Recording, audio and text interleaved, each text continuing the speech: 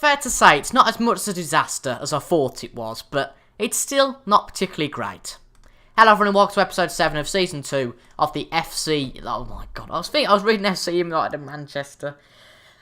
The Hednesford Town have an FM18 in the road to League 2. Now, as you can see this season, oh my lord.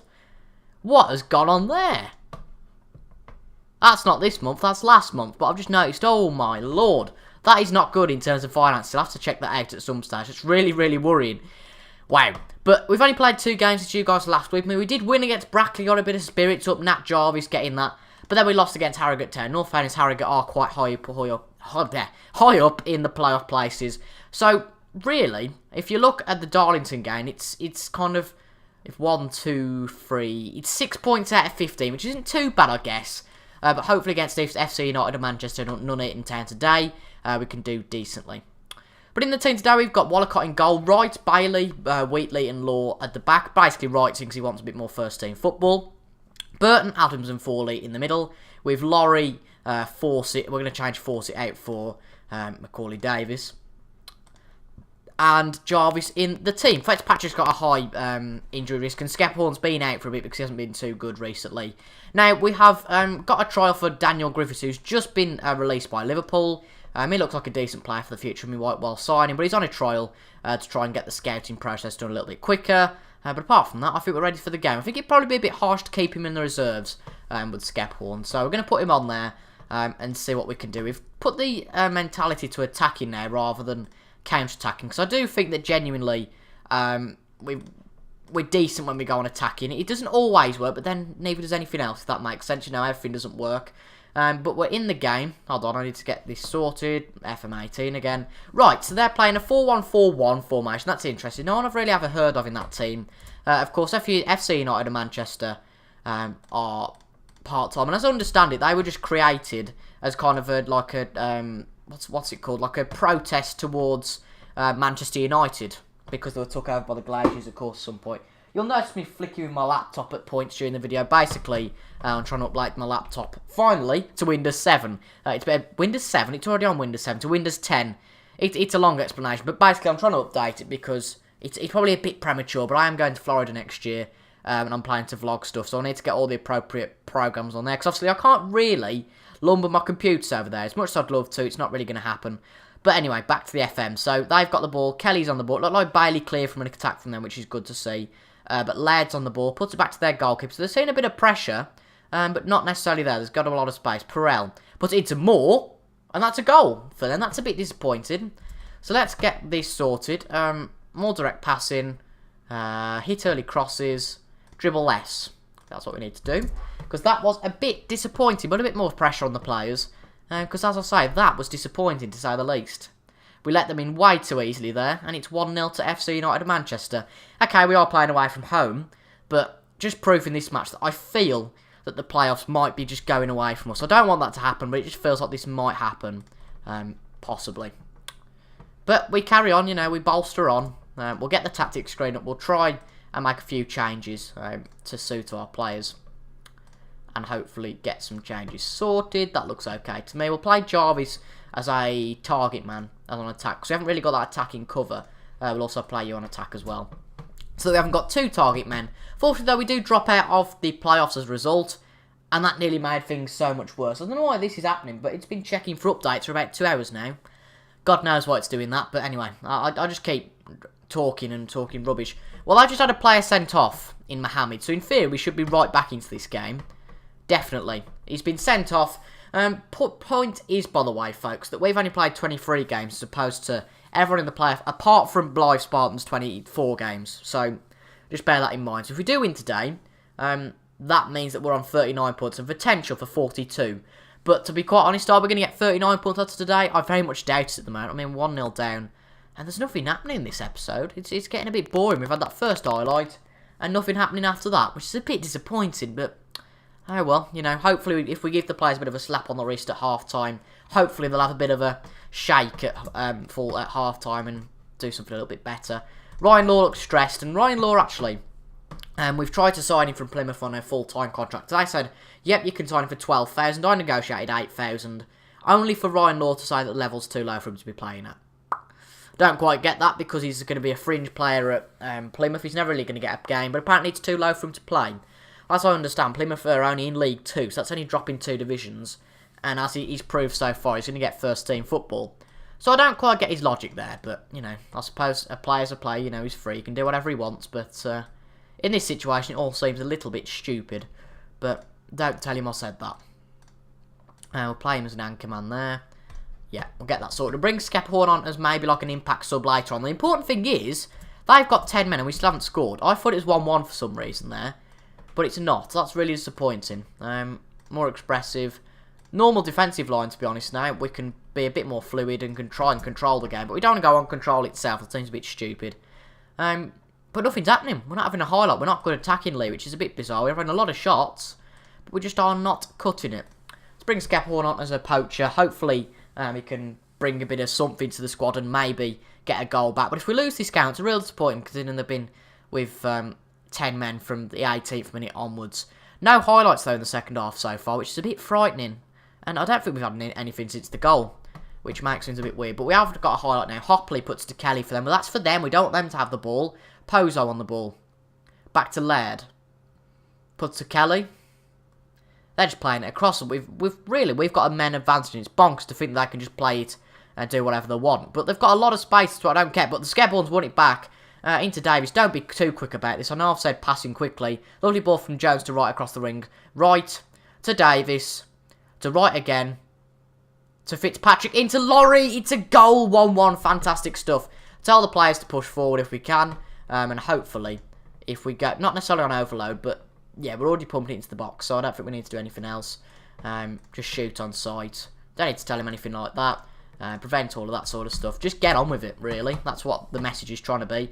But we've pulled level, and I genuinely think with 8 minutes left that we could get a winner here. Davies puts to right, as you've seen already. Right, being involved in that goal beautifully. Fitzpatrick to Laurie. Fitzpatrick, therefore, gets the assist, and it's a goal for James Laurie late on in this game against FC United in Manchester. Looks like they're going quite defensive with a 4-1-3-1 formation there, but Laurie's got a free kick, and it's gone over the bar. It's a shame he prevents his chance to make it 2 goals for him. I still don't think we've scored a free kick in this entire save, which is a bit worrying, but it looks like that's probably going to... Oh, I'll eat my words. That's not it, but we'll put it on overload anyway. Oh, I shouldn't have really put it on overload, because that ended the highlight, but that's going to be it, I think. We've gone past 93 minutes, and that's it. That's a bit disappointing, considering they'd got 10 men. And I think that I'm not pleased with what I've seen. Billy Jones now looks stressed. I think it's just the left-back syndrome. But would you be impressed if you were a manager of that? Let me know in the comments. But I'm not impressed. Only a draw. I mean, it's a point. It's a solid point away from home. But really against Nuneaton, I think we should do a lot better. 3 change then for this game. Against Nuneaton Town at home. We've got Wallacott in goal. But Belinga comes in for right. Adams comes in technically for Burton, who's injured, and we've also got Skephorn coming in place of Macaulay Davis. He's got another player on a trial from Liverpool, Yannis Constantinou. He played for West Ham, sorry, not Liverpool, but he played for West Ham. He's just been released, and apparently he's an important player and can still improve. So I might sign him as a permanent signing, but we'll have a look at that next episode. So let's get straight into this one against Nuneaton Town. We should really be beating them. They're not doing too well in the league, which is a bit of a surprise. I'm sure Lujo wouldn't like that. But there we go, you know, back in the borough, all that. I'm sure you watched that if you watched this. But they're playing a 5-3-2. I don't recognise any of the players in there. Linus, I feel like I recognise, but apart from that, I don't really recognise them. But I think, to be honest, it's time to start improving. And I think we ought to win here. If we don't win here, it's a bit stupid. But there we go. We're not going to set many instructions today. We're just going to keep it we're just going to keep it plain, really. And just see what the players do. It's been less than 10 minutes and we've had all the shots. And I think this is our first home game in a while. It seems like we haven't had a home game for absolutely ages. But Bailey puts to Skephorn. He puts it into Laurie. To Jarvis. To Forley, our captain, I believe, gets his first goal of the season. If it says there. No, it doesn't. But the fans rush the front of the stand. I wasn't aware that he'd scored so far this season. Because it doesn't say that he's scored anything this season. I think it is his first goal of the season. It'd be nice to get a win, though, here. I mean, we're actually back on level terms in terms of games. I don't quite know how that's worked out, whether it's just because Wrexham... it's probably because it's just ourselves and Blythe who are playing today that are in the top 7. So if we win today, we've gone 40 points. It actually looks pretty good. We're only 7 points off the top of the table. And really, that's consistently, even though we've had a bad batch of form, that's where we've been really consistently so far this season. And to be only that far off the top of the table is absolutely fantastic. Saying that, though, if that would be great to go up this season, no questions about it for the club. Are we, ready to go up? I don't think we are, really. I don't think we've got the squad quality. We've got a bit of a financial issue. So if we had to recruit, it would be a tricky one because we really would have to get rid of the squad, really, and just improve the finances very quickly. But we're playing well at the moment, which is always nice to see. But of course, we've only got National League North games till the end of the season. We've only played 7 episodes this season. I feel like you guys... I think that's offside, though, saying that. Is it? I feel like it should be. Russell finds the net. No, it's a goal. Okay, whatever. But I feel like you guys have been a bit robbed this year. I've shared all the FA Trophy and FA Cup games, just that we got knocked out really early, I think.